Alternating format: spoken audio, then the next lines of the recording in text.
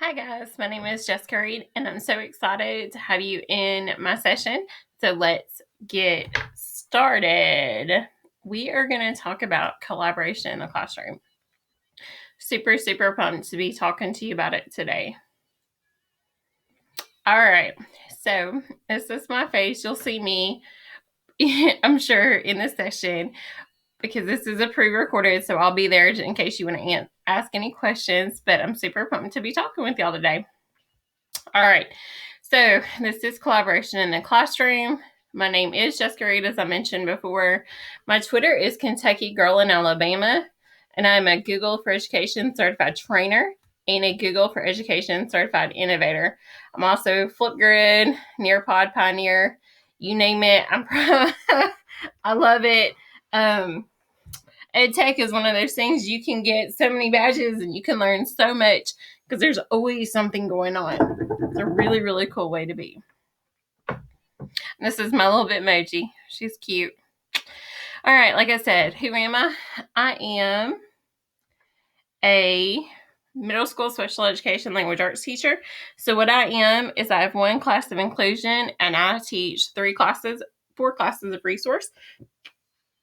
So I have 6th, 7th, and 8th grade ELA resource. And what I do is I take the basic, like what they're doing in the regular classroom, but I kind of modify it and make it for my students. So maybe we're working on some prerequisite skills before we get to writing, 5 paragraphs. Maybe we're just still working on writing our first paragraph or, just capitalizing our names because that seems to be an issue here lately. But anyway, I have been teaching for 12 years. Majority of the time that I've been teaching, I have been teaching as a special ed teacher, but I have been a kindergarten teacher, a 4th grade general ed.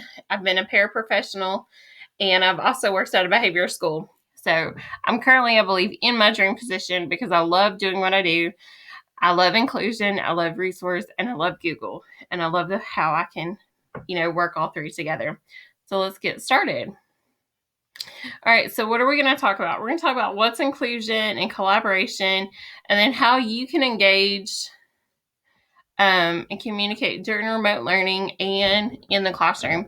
And we're also going to talk about what resources are out there, which is a big deal because there's so many things. I'm going to talk to you specifically about the ones that I've used in my classroom, or one or two that I'm really curious about that I have used. All right, so inclusion can be the mom. It is a great way to be. There's never a dull moment, especially when you have kids of different caliber. And this can be a classroom that can be, with gifted students and regular ed students, or regular ed students and, students with IPs or 504s. We're getting to a point now where you're not basically just going to have your average middle of the road classroom unless you're specific, like high school, or you guys have done that, filtered out the classroom. So inclusion can be the bomb, and that can be with either a special ed teacher, or it could be with an ESOL teacher or ELL, or even a paraprofessional, depending on how the relationship is you guys have. All right. So what is inclusion? Like I said before, inclusion is a classroom that contains both general education students and special ed students. It is a place that can lead to collaboration between two teachers or a teacher and a parapro. It can be awesome. It can also be very frustrating. If you don't have a clear line of communication between the two of you, it can be super frustrating. I've had both good and bad experiences. Most students can always tell when you're having a bad experience. So it's one of those, it's definitely worth trying to put forth the effort to have it. All right, so inclusion is co-teaching or collaboration. Co-teaching allows the students to have two teachers in the classroom. You get to share their work. There are several different models of co-teaching, which they can be kind of interesting when you do remote learning, because you're not really able to maybe do some of the models that you would do, but it's just something that you have to figure out as a team. But the really cool thing I love about collaboration with another teacher in your classroom is imagine if a student clicks better with you than the other teacher and vice versa. It's kind of like, sometimes you just click better with people than you do others. And this usually gives the student sometimes a partner in the classroom, or gives them somebody who can kind of understand their side a little bit better, which is typical of middle schoolers or even high schoolers. It just depends on your situation. All right, so now that we've got that little bit of background knowledge, like I said, if you're frustrated and everything just seems to not be working, don't throw it away just yet. The biggest tip for inclusion is to be a positive experience for all to have communications with all parties. So this means that you are not talking to your best teacher friend about so-and-so, or you're not talking to a parent about a teacher. You are having that communication. I hate reading emails sometimes because you don't understand what someone's trying to say. I recently did this with my boss. She sent me an email and I understood it, but I wanted clarification. So I called her and I was, she was able to explain to me what she was looking for in an IEP. So it was better that way than me mistaking it, which as an educator, sometimes when we get those emails, it can be disheartening because we feel like we're trying, especially now in today's climate with everything that we've got on our plates. So don't throw it away just yet. It is something that can be worked on and can be worth the effort. Okay, so how do you do this? What are some ways to collaborate? That's great, Jessica. Yes, special ed, blah, blah, blah, blah. But how can we actually do this? All right. So my school is a Google Classroom or Google School. We use Google products. So that's what I'm more specifically used to. I have had the pleasure of using Microsoft Teams and that kind of thing. So I know a little bit about it, but this is for more specifically myself. Google Classroom is a great place to serve as for a hub for all student work. Several ways to use it. You just need to make sure that if you have collaboration, you can have both teachers as co-teachers. If you are a special ed teacher, you could also do a Google Classroom with each of your individual kids on your caseload, depending on how many kids you have. And that way you would be able to get some work from them and they could check to see if there's messages, kind of way of like if you guys don't email. Okay, so you're going to be like, I thought we were talking about PBL. Well, there is some ways to do PBL through Google, including if you use Google Sites. So you could have the students create study guides, notes for different assignments, share it on one website. The thing I love about Google Sites is that it's a safe domain.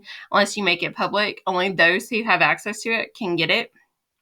So it's a great safe space for students. So you can have the students, say you are a social studies teacher and you want the kids to come up with a project. Well, they have to come up with a project and promote their business. They can do a Google site. They can learn how to code. They could do so many different things. Sites can teach students how to create something on the web that may be a potential job skill, which is project-based learning. It's a real-world application because we don't know. Maybe you have a student who wants to be a plumber, and maybe because he remembers how to make a Google site in your class, he's able to make a Google site and showcase his business, and testimonials and all that kind of good stuff. So it's definitely a skill that the kids could use for sure. All right, Google Calendar. This is one way to collaborate because you can help keep things organized. You can know who does what. The special ed teacher calendar, Google Calendar, Calendly, however you do. You can definitely schedule IEP meetings and more, and that way you can share the information. I will tell you, especially now as we're doing Zoom, our district has encouraged us to have more virtual meetings, which is probably going to happen as I'm currently at home with a sick little one. My meetings will have to be virtual, which I can do, but I'm going to have to share that link. And Google Calendar is a great place to do that, especially if you do a collaborative calendar. All right, Wakelet. If you haven't jumped on the Wakelet train, you need to. Wakelet is a great way, fun and easy way to capture and organize different types of multimedia resources for everyone. I like to think of Wakelet as a Pinterest for teachers, but crazy because there's so many cool things that you can do with it, and it's always updated all the time. Screencastify is actually the tool that I'm using right now. It is an awesome extension that allows you to record in so many different ways. You can do as I was doing before with the screen below, or just where you hear my voice, or where it could just be you talking. This has definitely helped me as I've been working on remote learning. You may struggle to do Screencastify with someone for collaboration, but it could be something that maybe you guys are in the same space and you could share, vice versa. Definitely something to check out. There is a paid and a free version. There's Loom. There's a ton of other applications. I just prefer Screencastify because that's what I've been using since I was in my EDS program. All right, Kahoot or GymKit. These are review games that can be used in the classroom. There's a free and a paid version. They're fun and engaging. You do want to be careful, though, with students who are special needs. Sometimes they can focus on one thing. So maybe you have a student with autism who tends to focus on things. This could be something he could focus on and then therefore create a distraction. So kind of use it sparingly. You could do it for centers. You could do this as a separate Zoom room, whatever you wanted to do, but definitely check them out. All right, Flipgrid. Get to it in just a second. Nearpod is just a fun, engaging way to present lessons in a class or self-paced work time. The paid version does include like virtual field trips, time to climb review game, and then an awesome collaborative board. Actually, the collaborative board is free, and it's very similar to just having a bulletin board with different sticky notes or like a parking deck, and very similar to Padlet. It's just free. You could share it. You put the link up in your Google Classroom or however you present to your class and have them respond, and then you can be in control of it. I believe Pear Deck has something very similar. Pear Deck is very similar to Nearpod. They're both great tools. It's just whichever maybe your district uses or whichever you prefer. Google Keep is just a fun and easy way to keep things organized. It's similar to a notepad on the wall. Just a great way to do things. You could share it with your students, and that way you all know who's got to do what. Maybe you share it with your co-teacher. Just a way to keep things organized. All right, Flipgrid, if you take nothing else from me, one of the absolute best tools that there is to share is Flipgrid. It's great to get students record responses for assignments. Used for so many different purposes, and it's free. I love Flipgrid because it definitely allows my students who struggle when they write stuff down to share their thoughts, and I'm able to know that they get something. So Flipgrid is definitely worth the look at. All right, here are just some more ideas. Dyslexia Mindset. This is awesome free resource for activities for students with dyslexia.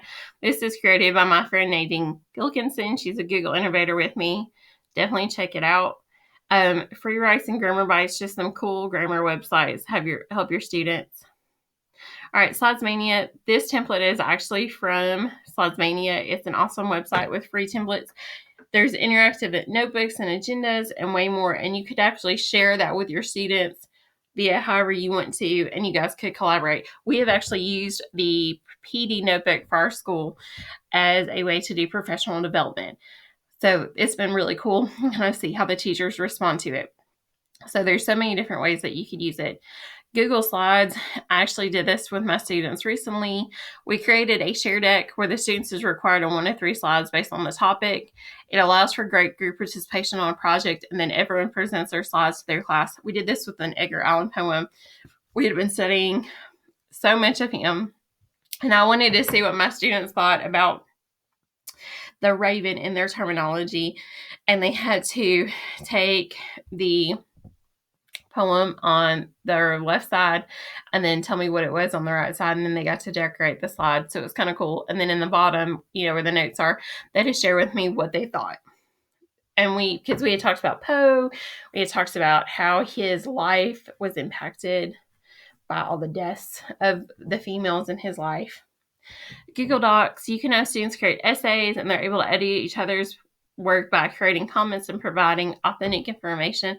This is definitely a skill that you have to pre-teach because sometimes they may not know what to really do.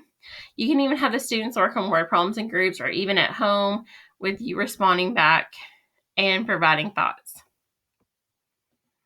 All right, Google Sheets, this is just a way that you can have students organize and collaborate on many things. Can be a great help in deciding activities for inclusion as well. What I mean by this is you can create a Google Sheet and share it with your co-teacher or even your other SPED teachers or your grade level and decide who's going to do what. Each can have their own tab. I can tell you it's been a lifesaver as a lead special ed teacher because I keep all of our information in one place and everybody has access to it. Google Forms, you can just get really awesome feedback from your students and get some real thoughts on how you're teaching. So it may make you take a pill to swallow, but it's something to definitely check out. All right, Google Meets and Zoom. We're Zooming today. That's a great way to see your students and teach. That can be formal or informal, just however you want to do. All right, here are just some more fabulous resources. Ditch That Textbook by Matt Miller. He even has his own conference coming up, Ditch That Tech Summit. So many cool things. Eric Curtis is here. If you've not seen this, Google Tools for English Language Learners. His website, Control-Alt-Achieve, is fantastic. Accessibility for All by Nadine Gilkinson is created by my friend. She just has a cheat sheet that has got some great things to help for your students with accessibility needs that you can definitely check out. And then if you want to, just a way to do a virtual Bitmoji in your classroom, there's here. We also have the Cult of Pedagogy. She is fantastic. If you've never gotten a chance to see her in person, she is just awesome. There's so many different cool things that you can do. Jennifer Gonzalez is great. All right. And this is my website. So I just provide you with a couple of brief ideas and things that you can use. You will actually go to my website as we're doing right now. It is, since this is just such a quick little bite, you can find several different things. If you go to here, my resources, I've got different trainings, webinars that I've had the pleasure of presenting. Collaboration Freed Up is actually my book that I'm currently in the process of writing through EduMatch. So definitely stay tuned for that. Blog, media, home. So definitely check this out if you are looking for anything more specific or want some more detail about collaboration in the classroom. And that is it, guys. Thank you so much. I think we used the remaining of the time for me to, if you have questions, please feel free to let me know. I'm sorry this is so quick, but I knew I only had like a 25 to 30 minute time. So I wanted actual time to have feedback if you guys had questions. Thanks so much.